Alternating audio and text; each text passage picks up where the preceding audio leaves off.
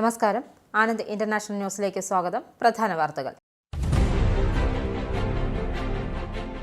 ലോകം ഏറെക്കാലം കാത്തിരുന്ന നിർണായക കൂടിക്കാഴ്ച ഈ ആഴ്ച അവസാനം. വൈരം വെടിഞ്ഞ് ഡൊണാൾഡ് ട്രംപും വ്ളാഡിമിർ പുടിനും ഈ ആഴ്ച കൂടിക്കാഴ്ച നടത്തുമെന്ന് ട്രംപിന്റെ പ്രതിനിധി സ്റ്റീവ് വിറ്റ്കോഫ്. യമനിലെ ഇറാൻ പിന്തുണയുള്ള ഹൂതികൾക്കെതിരായുള്ള വ്യോമാക്രമണങ്ങൾ തുടരുമെന്ന് US ഉദ്യോഗസ്ഥരുടെ മുന്നറിയിപ്പ്. ശനിയാഴ്ച നടന്ന US വ്യോമാക്രമണങ്ങളിൽ 53 പേർ കൊല്ലപ്പെട്ടു, നിരവധി പേർക്ക് പരിക്ക്. വടക്കൻ മാസിഡോണിയയിൽ നിശാ ക്ലബിൽ തീപിടുത്തത്തിൽ 59 പേർ മരിക്കുകയും നിരവധി പേർക്ക് പരിക്കേൽക്കുകയും ചെയ്തു. പ്രദേശത്ത് 7 ദിവസത്തെ ദുഃഖാചരണം.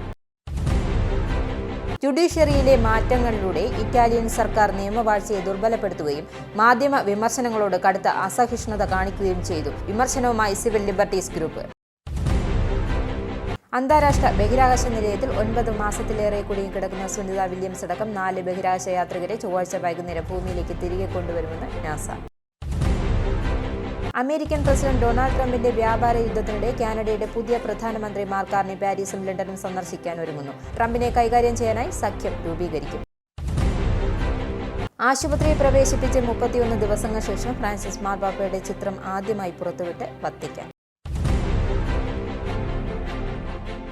വാർത്തകൾ വിശദമായി. ലോകം ഏറെക്കാലം കാത്തിരുന്ന ആ നിർണായക കൂടിക്കാഴ്ച ഈ ആഴ്ച അവസാനം നടക്കുമെന്ന് ഉറപ്പായി. ബദ്ധവൈരം വെടിഞ്ഞ് US പ്രസിഡന്റ് ഡൊണാൾഡ് ട്രംപും റഷ്യൻ പ്രസിഡന്റ് വ്ളാഡിമിർ പുടിനും ഈ ആഴ്ച നേരിട്ട് സംസാരിക്കുമെന്ന് പ്രതീക്ഷിക്കുന്നതായി ഡൊണാൾഡ് ട്രംപിന്റെ പ്രതിനിധി സ്റ്റീവ് വിറ്റ്കോഫ് പറഞ്ഞു. കഴിഞ്ഞയാഴ്ച നിരവധി മണിക്കൂറുകളായി പുടിനുമായി നടന്ന ചർച്ചകൾ പോസിറ്റീവും പരിഹാരാധിഷ്ഠിതവുമായിരുന്നുവെന്നും വിറ്റ്കോഫ് വ്യക്തമാക്കി. US നിർദ്ദേശിച്ച 30 ദിവസത്തെ വെടിനിർത്തലിന് താൻ തയ്യാറാണെന്നും എന്നാൽ കരാർ പൂർത്തിയാക്കുന്നതിന് മുമ്പ് ചർച്ച ചെയ്യേണ്ട നിരവധി വിശദാംശങ്ങൾ പുടിൻ വിശദീകരിച്ചുവെന്നും അദ്ദേഹം പറഞ്ഞു. ചില നിബന്ധനകൾ പുടിൻ മുന്നോട്ട് വച്ചിട്ടുണ്ടെന്നും സൂചനകൾ, പക്ഷേ അവ എന്തെന്ന് വിറ്റ്കോഫ് വിശദീകരിച്ചിട്ടില്ല. യമനിലെ ഇറാൻ പിന്തുണയുള്ള ഹൂതികൾക്കെതിരെ ആരംഭിച്ച വ്യോമാക്രമണങ്ങൾ തുടരുമെന്ന് US ഉദ്യോഗസ്ഥർ മുന്നറിയിപ്പ് നൽകി. അതേസമയം ശനിയാഴ്ച നടന്ന US വ്യോമാക്രമണങ്ങൾ കുറഞ്ഞത് 53 പേർ കൊല്ലപ്പെടുകയും ഏകദേശം 100 പേർക്ക് പരിക്കേൽക്കുകയും ചെയ്തു.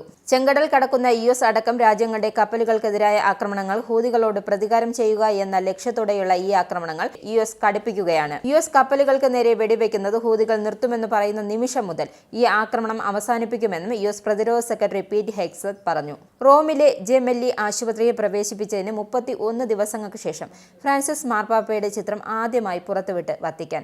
ഫെബ്രുവരി 14 ജെമെല്ലി ആശുപത്രിയിൽ പ്രവേശിപ്പിച്ചതിന് ശേഷം ഇത് ആദ്യമായാണ് ഫ്രാൻസിസ് മാർപ്പാപ്പയുടെ ചിത്രം വത്തിക്കാൻ പങ്കുവയ്ക്കുന്നത്. ആശുപത്രി ചാപ്പലിൽ കസേരയിൽ ഊറാറ ധരിച്ചിരുന്ന പാപ്പ അൾത്താര അഭിമുഖമായി പ്രാർത്ഥിക്കുന്ന ചിത്രമാണ് പരിശുദ്ധ സിംഹാസനം പുറത്തുവിട്ടിരിക്കുന്നത്. ഇന്നലെ രാവിലെ ജെമെല്ലി പോളിക്ലിനിക്കിലെ 10ാം നിലയിലുള്ള അപ്പാർട്ട്മെന്റിലെ ചാപ്പലിൽ ഫ്രാൻസിസ് മാർപ്പാപ്പ വിശുദ്ധ കുർബാന അർപ്പിച്ചുവെന്ന് വത്തിക്കാൻ വ്യക്തമാക്കി. നിശാ ക്ലബിൽ കഴിഞ്ഞ ദിവസമുണ്ടായ തീപിടുത്തത്തിൽ 59 പേർ മരിക്കുകയും നിരവധി പേർക്ക് പരിക്കേൽക്കുകയും ചെയ്തതിനെ തുടർന്ന് വടക്കൻ മാസിഡോണിയയിൽ 7 ദിവസത്തെ ദുഃഖാചരണം പ്രഖ്യാപിച്ചു. 15 പേരെ ചോദ്യം ചെയ്യുന്നതിനായി അധികൃതർ കസ്റ്റഡിയിലെടുത്തു. പ്രാഥമിക പരിശോധനയിൽ ശരിയായ ലൈസൻസ് ഇല്ലാതെയാണ് ക്ലബ്ബ് പ്രവർത്തിക്കുന്നതെന്നും ആഭ്യന്തരമന്ത്രി പാഞ്ചെ തോഷ്കോവസ് പറഞ്ഞു. റിപ്പബ്ലിക് ഓഫ് മാസിഡോണിയയിൽ കിഴക്കൻ പട്ടണമായ കൊച്ചാനിയിൽ ക്ലബ്ബ് നിയമവിരുദ്ധമായി പ്രവർത്തിച്ചതായും ഇത് കൈക്കൂലിയും അഴിമതിയുമായി ബന്ധപ്പെട്ടിരിക്കുന്നുവെന്നും ആഭ്യന്തരമന്ത്രി വ്യക്തമാക്കി. തീപിടുത്ത സമയത്ത് ക്ലബ്ബിൽ 1500 പേർ ഉണ്ടായിരുന്നതായും പലരും ടോയ്ലറ്റിലെ ജനാല വഴിയാണ് രക്ഷപ്പെട്ടതെന്നും ദൃക്സാക്ഷി മജ്ര തസേവ പറഞ്ഞു. Почна пожар и сите почна да викат надвор да излават сите по един простор и 1500 души не може да излезат колко на бързина. Некои вече са отидели, мислят дека има негде решетки да излезат, ама там са се задушили. Некои са останали от диското, не са можели да ги извлечат.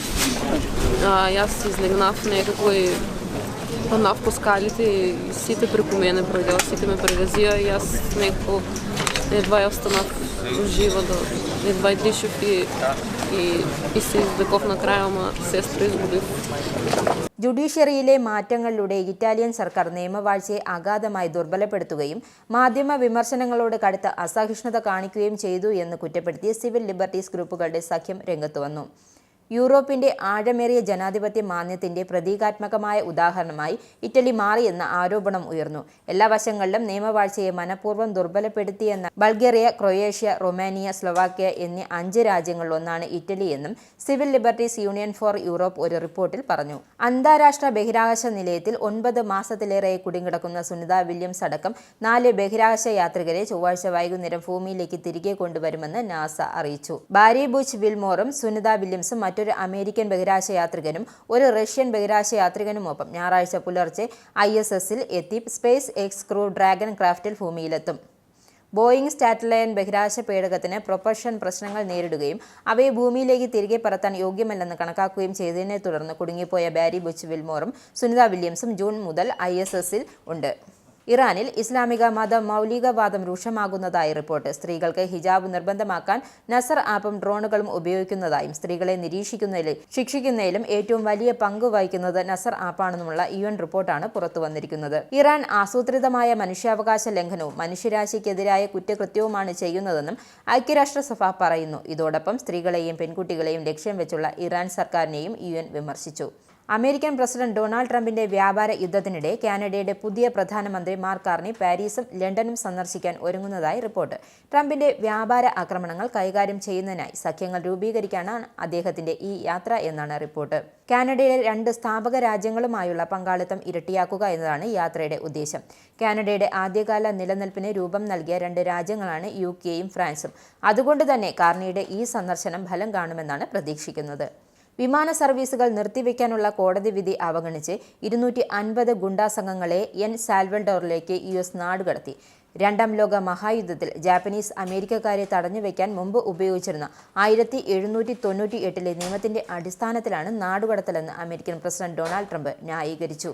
അതേസമയം വെനസ്വേലിയൻ ഗുണ്ടാസംഘമായ ട്രെൻ ഡി അരാഗോയിലെ 238 അംഗങ്ങളും സാൽവഡോറൻ ഗുണ്ടാസംഘമായ MS-13-ലെ 23 അംഗങ്ങളും എത്തിയിട്ടുണ്ടെന്നും സാൽവഡോർ പ്രസിഡന്റ് നയീബ് ബുക്കെലോ പറഞ്ഞു. ആൻഡ്രേ ഗ്യാനോവിറ്റിനെ സായുധ സേനയുടെ ജനറൽ സ്റ്റാഫ് മേധാവിയായി ഉക്രൈൻ പ്രസിഡന്റ് വ്ളാഡിമിർ സെലൻസ്കി നിയമിച്ചു. പ്രതിരോധ മന്ത്രാലയത്തിന്റെ ചീഫ് ഇൻസ്പെക്ടറായ അനലോറ്റി ബാർജിലെച്ചിനെ പകരമായാണ് സെലൻസ്കി ഈ നിയമനം നടത്തിയത്. യുദ്ധഫലപ്രാപ്തി വർദ്ധിപ്പിക്കുന്നതിനായി യുക്രൈന്റെ സായുധ സേനയെ പരിവർത്തനം ചെയ്യുന്നതിന്റെ ഭാഗമായാണ് കമാൻഡ് സിസ്റ്റം പുനഃക്രമീകരിച്ചതെന്നും ഉക്രൈൻ പ്രതിരോധ മന്ത്രി റസ്റ്റൻ ഉമേറോവോ പറഞ്ഞു. മെൽബണിൽ ഹിന്ദു ക്ഷേത്രത്തിന് നേരെ വീണ്ടും ആക്രമണം. കഴിഞ്ഞ 8 വർഷത്തിനിടെ ഇത് 8ാമത്തെ സംഭവമാണ്. ഓസ്ട്രേലിയയിലെ ഇന്ത്യൻ ഹിന്ദു സമൂഹം ഹോളി ഉത്സവം ആഘോഷിക്കാൻ ഒരുങ്ങുന്നതിനിടെയാണ് വിക്ടോറിയയിലെ ടാർനെറ്റിനുള്ള SMVS സ്വാമിനാരായണ ക്ഷേത്രം വീണ്ടും കൊള്ളക്കാരുടെ ആക്രമണത്തിന് ഇരയായത്. ക്ഷേത്രത്തെ തുടർച്ചയായി ലക്ഷ്യം വയ്ക്കുന്നത് ക്ഷേത്ര ട്രസ്റ്റി ബിരേൻ ജോഷി കടുത്ത നിരാശ പ്രകടിപ്പിച്ചു. കുവൈറ്റിലെ വിവിധ പ്രദേശങ്ങളിൽ ഏഷ്യക്കാരെ കൊള്ളയടിച്ച 2 പേരെ തായ്മ ഡിറ്റക്റ്റീവുകൾ അറസ്റ്റ് ചെയ്തു. വിവിധ പ്രദേശങ്ങളിൽ ഏഷ്യക്കാരെ കൊള്ളയടിച്ച നിരവധി സംഭവങ്ങൾ റിപ്പോർട്ട് ചെയ്തതിനെ തുടർന്ന് പ്രതികളെ പിടികൂടാൻ ഒരു സുരക്ഷാ ടീം രൂപീകരിച്ചിരുന്നു. പ്രതികൾ വാഹനത്തിൽ പോകുന്ന ഏഷ്യക്കാരെ തടഞ്ഞ് പണം കവർന്ന സംഭവസ്ഥലത്തു നിന്ന് രക്ഷപ്പെടുകയായിരുന്നുവെന്നും വൃത്തങ്ങൾ വെളിപ്പെടുത്തി. പള്ളികളിൽ ജോലി ചെയ്യുന്ന പ്രവാസികൾക്ക് പുതിയ എക്സിറ്റ് പെർമിറ്റ് നിയന്ത്രണങ്ങൾ ഏർപ്പെടുത്തി. ഇസ്ലാമിക കാര്യ മന്ത്രാലയത്തിന്റെ മോസ്ക് സെക്ടർ ഡിപ്പാർട്ട്മെന്റ് ഇമാമുമാർ അദീനുകൾക്കും ഇത് സംബന്ധിച്ച് നിർദ്ദേശം നൽകിയിട്ടുണ്ട്. തങ്ങളുടെ യാത്രാ പെർമിറ്റുകൾ പുതുക്കേണ്ടതിന്റെ ആവശ്യകതയെക്കുറിച്ച് പള്ളിയിലെ പ്രവാസി തൊഴിലാളികളെ അറിയിക്കണമെന്നും ഓർമ്മപ്പെടുത്തൽ. ഏറ്റവും നീളമുള്ള ഇഫ്താർ ടേബിൾ ഒരുക്കിയതിന് സൗദിക്ക് വീണ്ടും ലോക റെക്കോർഡ്. വിവിധ രാജ്യങ്ങളിൽ നോമ്പ് തുറക്കുന്നതിനുള്ള ഹാദിമുൽ ഹറമൈൻ ഇഫ്താർ പദ്ധതിയുടെ ഭാഗമായി ഇന്തോനേഷ്യയിൽ ഒരുക്കിയ സമൂഹ നോമ്പ് തുറയാണ് ആസിയാൻ രാജ്യങ്ങളുടെ ചരിത്രത്തിലെ ഏറ്റവും വലിയ ഇഫ്താർ എന്ന നിലയിൽ പുതിയ റെക്കോർഡ് സൃഷ്ടിച്ചിരിക്കുന്നത്. സൗദി മതകാര്യ വകുപ്പാണ് സംഘാടകർ. മോറി എൻസൈക്ലോപീഡിയ ഓഫ് റെക്കോർഡ് സർട്ടിഫിക്കറ്റ് 2ാം തവണയാണ് സൗദി അറേബ്യ ഒരുക്കുന്ന ഇഫ്താറിന് ലഭിക്കുന്നത്. ഇനിയൊരു ഇടവേള. വീണ്ടും വാർത്തകളിലേക്ക്. National highlights. ഇന്ത്യയുടെ തിരഞ്ഞെടുപ്പ് കമ്മീഷനെ പ്രശംസിച്ച് പ്രധാനമന്ത്രി നരേന്ദ്രമോദി. ഇന്ത്യയിൽ തിരഞ്ഞെടുപ്പ് നടത്തുകയും എല്ലാ തീരുമാനങ്ങൾ എടുക്കുകയും ചെയ്യുന്ന നിഷ്പക്ഷവും സ്വതന്ത്രവുമായ ഒരു തിരഞ്ഞെടുപ്പ് കമ്മീഷൻ നമുക്കുണ്ട്. ലോകമെമ്പാടുമുള്ള പ്രധാന സർവകലാശാലകൾ ഇതിന്റെ മാനേജ്മെന്റിനെ കുറിച്ച് കേസ് സ്റ്റഡികൾ നടത്തേണ്ട ഒരു വലിയ തിളക്കമുള്ള കഥയാണിതെന്നും അദ്ദേഹം പറഞ്ഞു. ഇനി കേരള ഹൈലൈറ്റ്സ്. പാതിവില തട്ടിപ്പിൽ ഇതുവരെ 1343 കേസുകൾ രജിസ്റ്റർ ചെയ്തുവെന്ന് മുഖ്യമന്ത്രി പിണറായി വിജയൻ നിയമസഭയിൽ വ്യക്തമാക്കി. 665 കേസുകൾ ക്രൈംബ്രാഞ്ചിന് കൈമാറി. മുഖ്യപ്രതികളുടെ അക്കൗണ്ട് കണ്ടെത്തി മരവിപ്പിക്കുകയും ഇവരെ അറസ്റ്റ് ചെയ്തിട്ടുണ്ടെന്നും മുഖ്യമന്ത്രി പറഞ്ഞു. ടെക്നോ പാർക്ക് ആസ്ഥാനമായ ചെറുകിട സാറ്റലൈറ്റ് നിർമ്മാണ കമ്പനിയായ Hex20 US ലോഞ്ച് പ്രൊവൈഡറായ സ്പേസ് എക്സ്പ്ലോഷൻ ടെക്നോളജി കോർപ്പറേഷനുമായി ചേർന്ന് തങ്ങളുടെ ആദ്യ ഉപഗ്രഹമായ നില വിക്ഷേപിക്കാനൊരുങ്ങുന്നു. ഇതിന് മുന്നോടിയായി മേനംകുളം മരിയൻ എഞ്ചിനീയറിംഗ് കോളേജിൽ ഉപഗ്രഹ നിയന്ത്രണ കേന്ദ്രം തുറന്നു. സ്വകാര്യ മേഖലയിൽ നിന്നുള്ള കേരളത്തിലെ ആദ്യ ഉപഗ്രഹമായ നിള ട്രാൻസ്പോർട്ടർ 13 ദൗത്യത്തിലാണ് വിക്ഷേപിക്കുന്നത്. ഈ ദൗത്യത്തിലൂടെ EXA-20 ഹോസ്റ്റഡ് പേലോഡ് സൊല്യൂഷനുകളുടെ തുടക്കം കുറിക്കും. കേരളത്തിന്റെ സാംസ്കാരിക പ്രാധാന്യമുള്ള നദിയായ നിളയുടെ പേരാണ് ഈ ഉപഗ്രഹത്തിന് നൽകിയിരിക്കുന്നത്. ടെക്നോ പാർക്കിലെ നിള കെട്ടിടത്തിലാണ് Hex20യുടെ ഓഫീസ് പ്രവർത്തിക്കുന്നത്. Techno park CEO retired colonel Sanjeev Nair കേന്ദ്രം ഉദ്ഘാടനം ചെയ്തു. Space CEO G Levin, Marian engineering college manager doctor AR John, Marian engineering കോളേജിലെ bursar father Jim Carvil Roach തുടങ്ങിയവർ ഉപഗ്രഹ നിയന്ത്രണ കേന്ദ്രത്തിന്റെ ഉദ്ഘാടന ചടങ്ങിൽ പങ്കെടുത്തു. സാറ്റലൈറ്റ് കമാൻഡർ ആൻഡ് കൺട്രോളിംഗിനായ മരിയൻ എഞ്ചിനീയറിംഗ് കോളേജിൽ ഗ്രൗണ്ട് സ്റ്റേഷൻ സജ്ജീകരിച്ചിട്ടുണ്ട്. ഉപഗ്രഹത്തിൽ നിന്നുള്ള ഡാറ്റ ഗ്രൗണ്ട് സ്റ്റേഷനിൽ ലഭിക്കും. ഗ്രൗണ്ട് സ്റ്റേഷൻ സൗകര്യം പ്രവർത്തിപ്പിക്കുന്നതിൽ കോളേജിലെ ഫാക്കൽറ്റികൾക്കും വിദ്യാർത്ഥികൾക്കും പരിശീലനം നൽകിയിട്ടുണ്ട്. X-20യുടെ തദ്ദേശീയമായി വികസിപ്പിച്ചെടുത്ത ഉപസംവിധാനങ്ങളെയും ജർമ്മൻ കമ്പനിയായ ടിഗ്യുബെൽ നിന്നുള്ള ഇൻ ഓർബിറ്റ് ഡെമോൺസ്ട്രേഷനുള്ള പെലോഡിനെയും നില ദൗത്യം സാധ്യമാക്കും. ഇനി പൗണ്ട് റേറ്റ്. UK പൗണ്ട് ഇന്നത്തെ മൂല്യം ഒരു പൗണ്ട് 112.41 ഇന്ത്യൻ രൂപ, ഒരു $, 86.93 ഇന്ത്യൻ രൂപ, ഒരു യൂറോ 94.72 ഇന്ത്യൻ രൂപ, ഒരു പൗണ്ട് 1.29 $. ഇനി സ്പോർട്സ്.